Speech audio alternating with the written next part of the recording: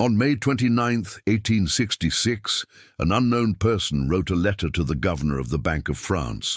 The letter read, "I'm writing to tell you that I shall not be needing any money from the bank in this world. No doubt about it, I shall want none of it in heaven either." That same day, the King of Sweden and Norway disappeared from his royal palace in Stockholm. King Oscar. I was last seen alive at 7 o'clock in the evening when he left the royal palace to attend a performance of A Christmas Carol at the Royal Dramatic Theatre. But when the play was over, the king was nowhere to be found. He had literally vanished into thin air, and even more puzzling, there was no sign of a struggle or any evidence that he'd been kidnapped. All that the police found was this: a half-smoked cigar on the third step of the staircase leading from the royal apartments to the opera. It was an enigma that baffled the kingdom. Where could the king be? What had he possibly been doing? Was he even still alive? And then a few days later, a shocking discovery was made. A body was discovered floating in the sea near the island of Ystad, almost 30 miles south of the capital. It was horribly decomposed, but it was clearly male and dressed in fine clothes. It appeared to be the king. So how did he die? Had he fallen overboard by accident, or had he been pushed?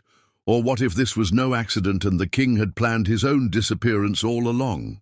Hi everyone, welcome to my channel. Today we are going to find out exactly why the King of Sweden and Norway disappeared on the night of his coronation. Do you like true crime stories? Well then make sure to stay updated, because every week we upload new episodes covering the most gruesome and mystifying crimes from history. As we already mentioned, King Oscar I of Sweden and Norway was last seen alive on the evening of May 1866. After attending the opera, he should have returned to the palace, but for some reason he didn't. Instead, he was seen arguing with a man near the waterfront. Witnesses described the man as tall, dressed in black, and wearing a sailor's cap.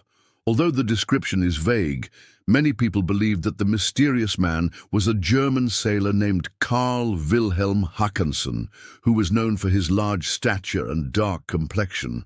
It was said that the two men argued over politics, and since Oscar I was a staunch opponent of slavery, it's possible that the topic of abolition was discussed. In fact, the king had recently signed a law banning slavery in Norway. It may have also been that they argued about something completely mundane, such as the weather or sailing ships. We may never know.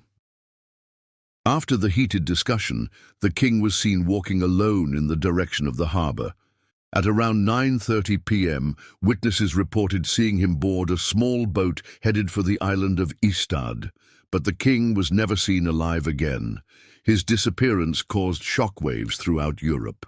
Every day, thousands of people visited the harbour to look for his royal yacht, the Oscar, hoping that he'd simply gone on a secret voyage.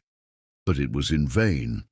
The king was missing, and everybody had theories as to where he might be. Some believed that he'd eloped with his mistress, a 21-year-old woman named Louise Dipner, who lived in a small cottage in the woods outside of town.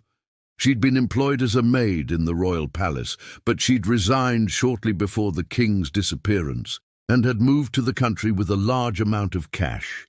However, this theory was quickly dismissed when Louise returned to Stockholm and submitted to a police search. Her house was filled with valuable art and jewelry that the king had given her, but she knew nothing about his whereabouts. Others believed that the king had been kidnapped by one of the country's many secret societies, groups whose existence was illegal in Sweden. The Illuminati had gained notoriety in the late 1700s after being infiltrated by the police. The officers discovered that the group's main objective was to bring about political reform and overturn the monarchy.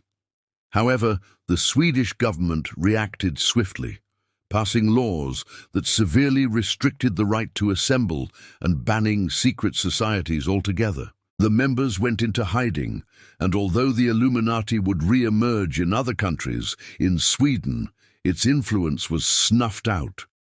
Or at least, that's what everyone thought.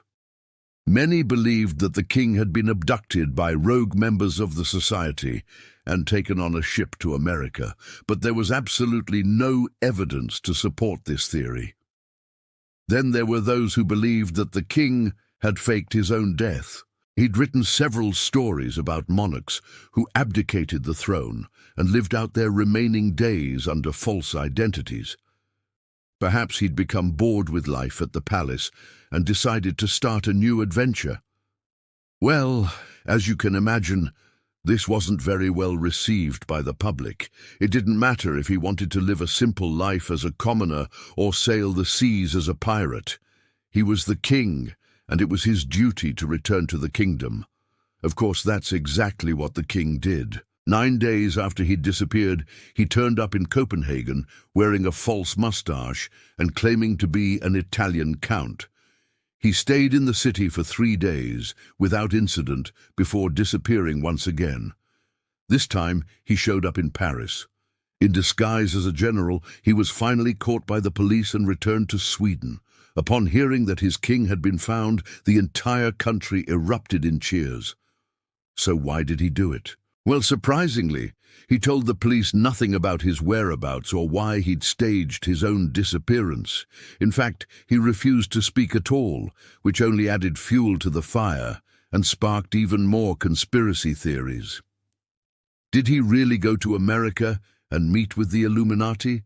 Or maybe he did travel to Paris and impersonate a general, but only because he couldn't remember anything about the past 9 days.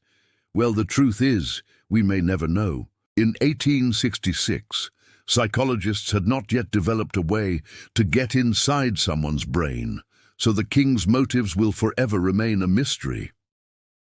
However, this strange case may have had a much larger impact on the world than you think.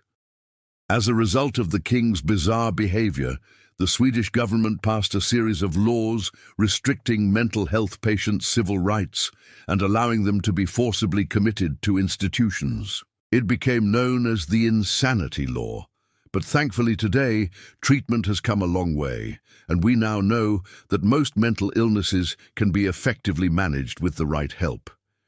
If you or someone you know needs help, please reach out to a qualified mental health professional today. There is no shame in asking for help, and doing so can be a sign of great strength. Now back to the video. Over the years, several people have claimed to have witnessed the king's ghost roaming the streets of Stockholm. Some say he's searching for his lost crown jewels, while others believe he's looking for his replacement. You see, King Oscar I never had any children, and upon his death, his nephew Charles took the throne. Charles ruled until 1872 when he passed away. The next in line was Oscar's son, who became King Oscar II, so who knows, maybe the spirits are restless and looking for their rightful heir. But what do you think happened to the king? Let us know your thoughts in the comments below. And don't forget to stay updated, because next week we'll be publishing a brand new episode. Until then, take care.